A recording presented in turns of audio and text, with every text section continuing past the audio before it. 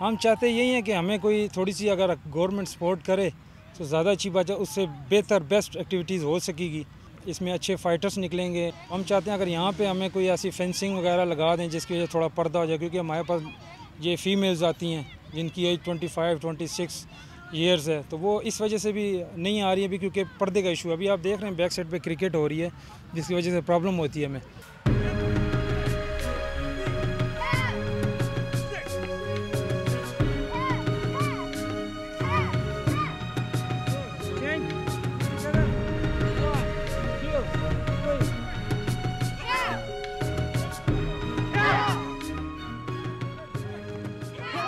पहले ये था रुझान थोड़ा सा कम होता था, कम आते थे। अभी आप देख सकते हैं बच्चे कितने मतलब 5 ईयर्स 6 ईयर्स 7 ईयर्स के बच्चे से लेके हमारे पास तकरीबन 35-40 के राउंड अबाउट, मतलब 40 ईयर्स तक के हमारे पास ये लोग आते हैं।